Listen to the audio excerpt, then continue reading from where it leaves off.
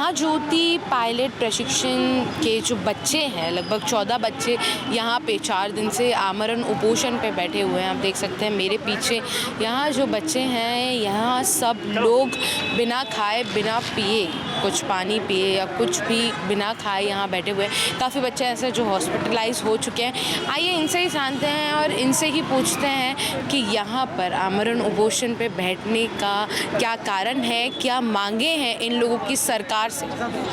मैं कृतल वेलेकर आकरे।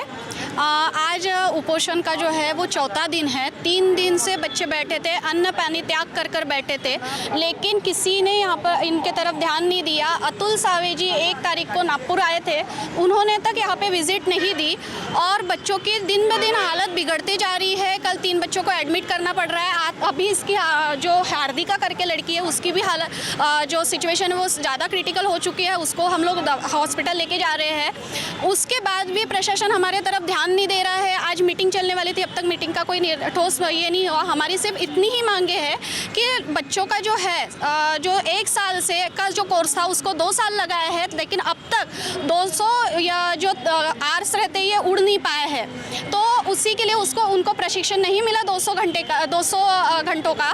तो जब अभी तक ये नहीं कर पाए 1 साल में 2 साल हो गए, तो अब क्या 5 महीने में ये करेंगे। इसलिए हम लोगों को अभी नागपुर एयरपोर्ट नहीं चाहिए, नागपुर एयरलाइंस नहीं चाहिए, हमको दूसरा एयरलाइंस चाहिए, गोंदिया में जो है वो चाहिए। और अभी हमको सिर्फ 10,000 रुपये स्टाइफंड मिलता है। 10,000 में कुछ नहीं होता, हमको रहने का खाने का खर्चा लग जाता है। तो हमको हमारा जो स्टाइफंड है वो बढ़ा के 50,000 होना चाहिए। और हमको लिखित में चाहिए कि अभी जो 200 घंटे हैं ये किस तरह से पूरे करने वाले, कितनी काल अवधि ये लोग पूरी करने वाले हैं।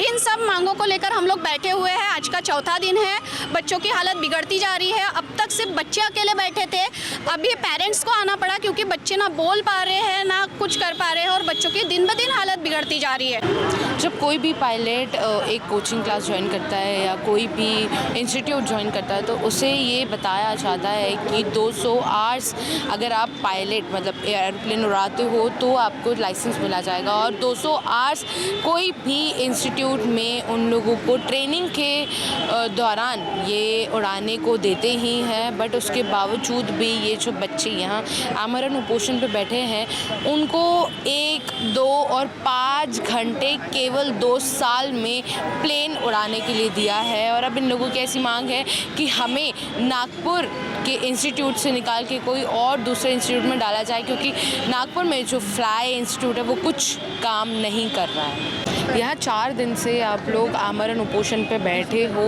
क्या मांगे हैं आप लोगों की।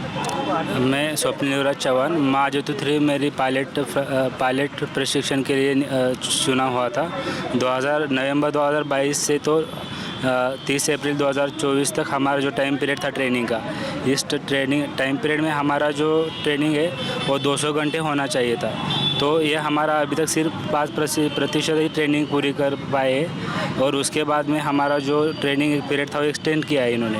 वो एक्सटेंड करने के बाद हमारा अभी तक 6 महीने हुआ, उस 6 महीने में 1 घंटा भी पूरा नहीं किया, जो कि हमारे 20 स्टूडेंट मिलके 18 मंथ में 4000 आवर्स होने चाहिए थे, उन्होंने अभी तक सिर्फ 200 आवर्स किए हैं। तो हमारे अभी यही मांग है कि ये जो फ्लाइंग क्लब है नागपुर फ्लाइंग क्लब, ये हमारे ट्रेनिंग करने के लिए इनकैपेबल है, तो हमें कोई अच्छा सा एक फ्लाइंग क्लब देखकर उधर ट्रांसफ़र किया जाए।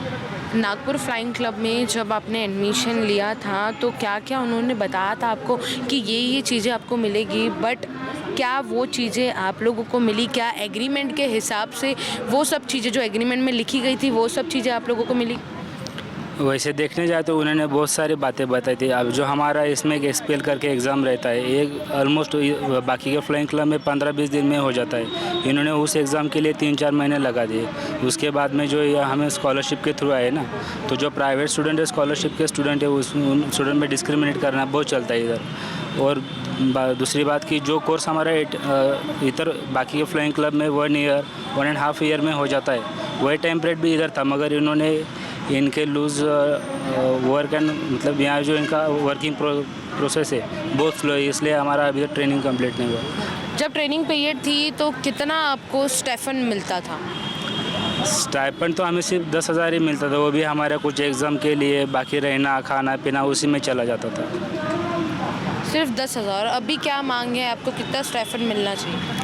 पहली मांग तो हमारी यही है कि हमारा जो ट्रेनिंग है अच्छे कोई फ्लाइंग क्लब से करवाया जाए, और बाकी अगर जैसे कि मैंने कहा कि हमारा जो फ्लाइंग पीरियड था ये 18 मंथ्स का था, अगर ये 18 मंथ में हो जाता, आज हम कोई अच्छी सी एयरलाइन अच्छे से फ्लाइंग क्लब में जॉब कर रहे तो हमारा कुछ इनकम सोर्स रहता, जैसे कि हमारे पेमेंट ऑलमोस्ट 50,000 के ऊपर रहती। तो हमारी यही मांग है कि हमारा जो स्टाइपेंड 10,000 से बढ़ाकर 50,000 कर दिया जाए, जिससे कि हम हमारा घर मतलब हमारा घर वगैरह चला सकें। जैसे कि इन्होंने बताया, लगभग 4 दिन से यहाँ पर संविधान चौक पर ये लोग आमरण उपोषण कर रहे हैं, और 4 दिन से बिना खाए, बिना पिए, बिना सोए ये लोग यहीं पे बैठे हुए हैं। अभी भी जब हम लोगों ने इनकी हालत देखी तो ये लोग बैठने के भी काबिल नहीं बचे हैं।